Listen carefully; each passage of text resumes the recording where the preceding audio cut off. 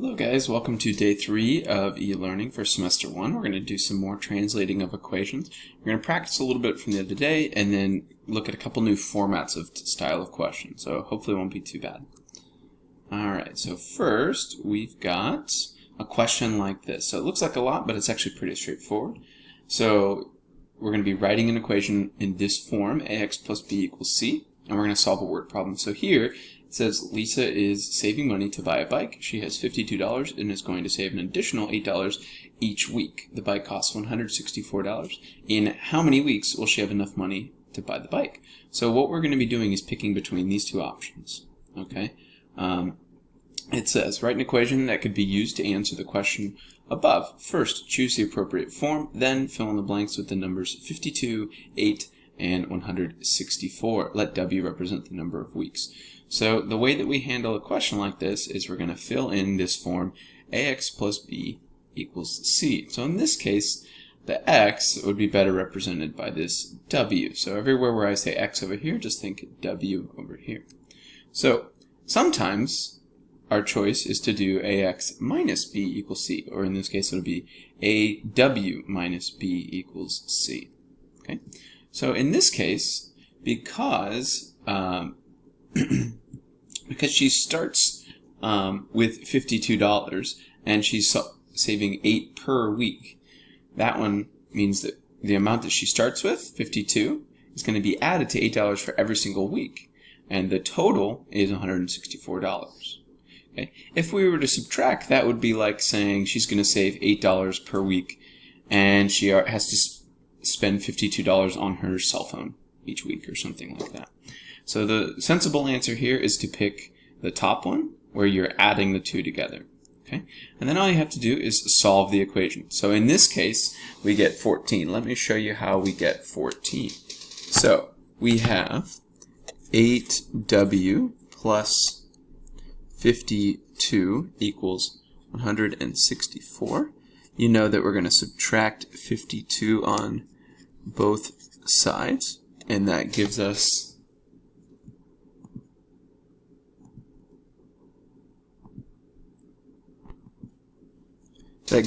112 on this side, and on this side we still have 8w. If we do 112 divided by 8 on both sides, we get w equals 14.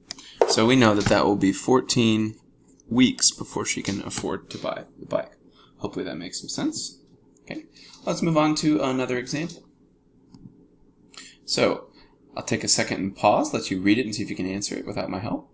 Alright, so this one is about t-shirts. Mary sold t-shirts at a festival and made a profit of $84. She made $6 for each t-shirt she sold.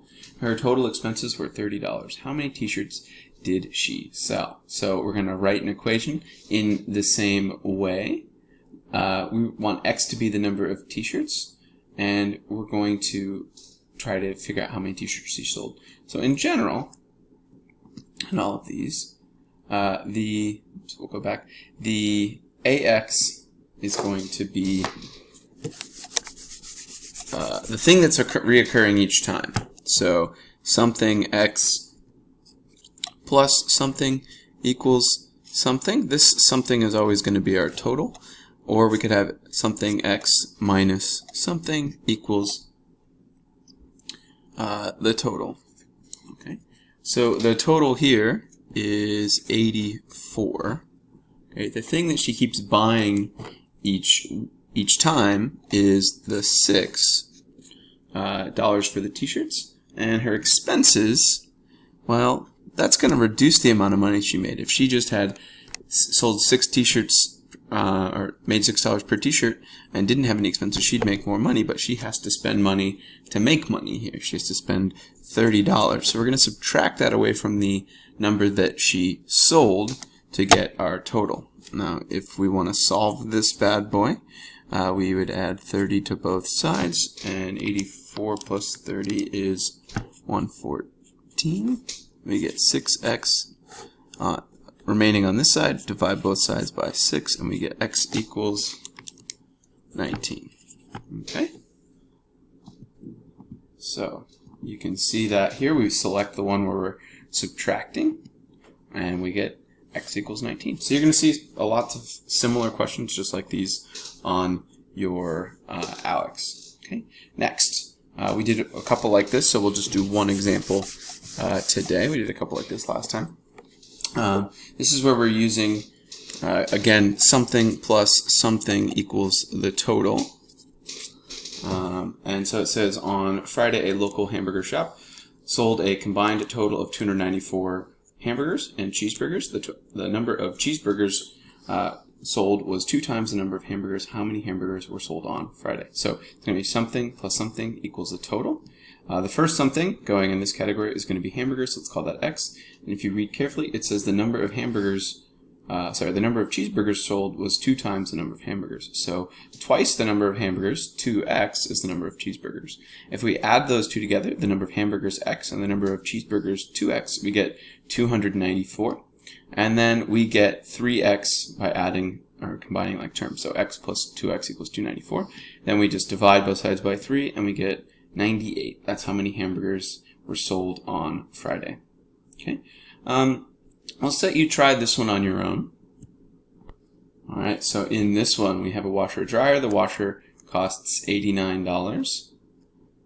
And the washer costs $89 less. Remember, less means subtract.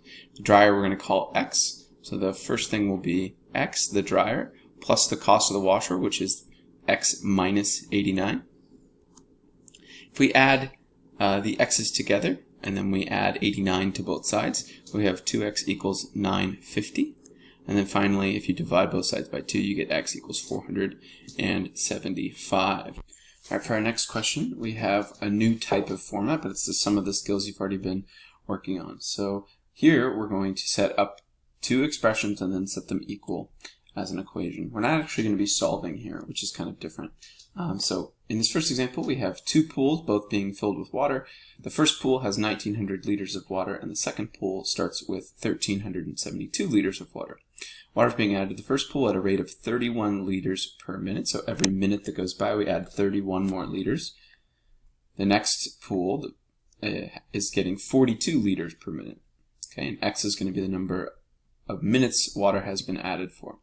So you're going to see the style of question like this in ALEKS. All we're doing for the first part, for part A, is writing an expression for the amount of water in the first pool in liters. And we can do that pretty easily. We know that before we even start filling up, there's 1,900 liters. And then each minute, we're going to add 31 more liters. So the amount that we have will depend entirely on how many minutes have passed. So it will be 1,900 to start plus 31 per minute. So if you do 2 minutes, you'll add 62 and so on and so on. So the amount will continue to increase. For the second one, the amount of water in the second pool, we do the same thing. Take a second to see if you can figure it out. Okay, so if you got 1,372 plus 42x liters per minute, you do that correctly. Now, for part B, all they want you to do is set those two things equal to one another. The reason we know that that's what we want to do is it says write an equation that shows the 2 pools have the same amount. In other words, this pool, pool 1, and this pool, pool 2, have an equal amount of water. So we just set them equal. So that's all you have to do. Now, on ALEKS, it's not going to ask you to solve these, but you know how to solve this. Go ahead and take a moment to do that. Okay. If we were going to solve it, the answer here is 48. It would take 48 minutes for the 2 pools to have the same amount of water. And you can kind of see why that would be. This pool starts with less water, but each minute it's adding 11 more liters of water. So eventually, after 48 minutes, it will catch up to our first pool. All right. Another quick example. Take a look at this one. It says an air traffic controller is tracking 2 planes. To start, plane A was at an altitude of 700 meters, and plane B was at an altitude of 424 meters. Plane A is gaining altitude at 1,600 meters per second, and plane B is gaining altitude at 22 meters per second. So let me give you an idea of what they're talking about here, just so you know what they mean by altitude, so you have an idea of what's going on. If we take our airplane, I'm going to do my best to draw you an airplane. Okay, this first airplane is flying. This looks terrible. First airplane, it's a jet. It's It's flying right here, and let's say that this is the ground. The first airplane is flying starting at 700 meters, and the other plane is starting somewhere below it at 424 meters. Okay, yikes, I'm going to try to draw. This one has a square nose for some reason. Here are two planes. Now they're both going to go up in altitude, okay, and they're going to do it at different rates. One of the planes is going to do it at 16 meters per second, and the other is going to do it at 22 meters per second. So even though this one started lower, you can see that it's going to be going up faster, or each minute it's going to gain more altitude than the other one. So eventually they're going to be at the same altitude. Actually, it's probably going to be somewhere up here. They'll be at the same altitude. So we want to figure out how long that will take. Okay? So take a second, see if you can figure it out. All right. So the first expression will be 700 plus the 16 meters per second that it gains. The other one is 424 plus the 22 meters that it gets per second. If you set them equal, you get this. Once again, I think I misspoke a second ago. You don't actually have to solve this. You would just write it in right here. But if you were going to get crazy and solve it, you'd get 46 seconds. That's how long it would take our two planes to be at the same altitude in the air. All right. We're going to skip this one. I have a duplicate for some reason. Last one. Here is, we're going to have problems with consecutive numbers. So you have 3, 4, 5, 6, 7. They're all consecutive. The reason we call them consecutive is that just means that we add 1 each time. So to get 4, you add 1 to 3, and so on.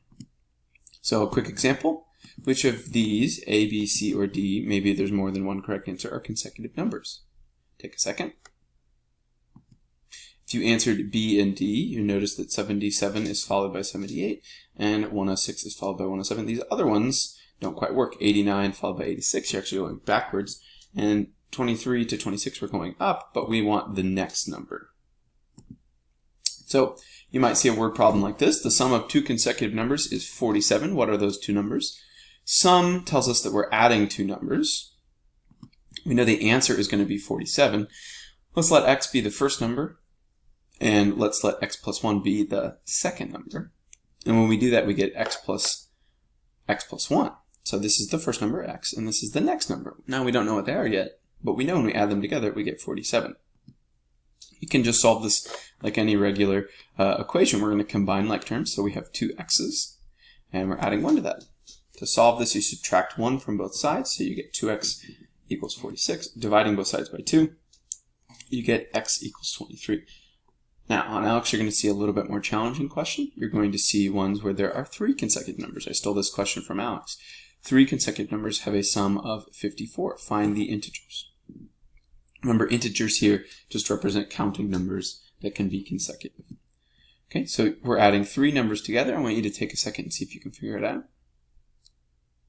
Okay, let's let the first integer be x. The second integer, like we did a second ago, is going to be x plus 1. The next one's going to be x plus 2. Now those all are going to add up. X plus 1 plus x plus 2 equals 54. We can just simply combine like terms. So x plus x plus x is 3x, and then 1x plus 2x gives us 3. Solving this two-step equation, just subtract 3 on both sides. You get 51. 3x equals 51. And then we divide both sides by 3. You get 3x over 3 equals 51, which gives you x equals 17. All right. So please let me know if you have any questions while you're working through these. And I'll be available not just through email, but also on office hours. We had some people stop in today. Please make sure you stop in if you need any help. Thanks.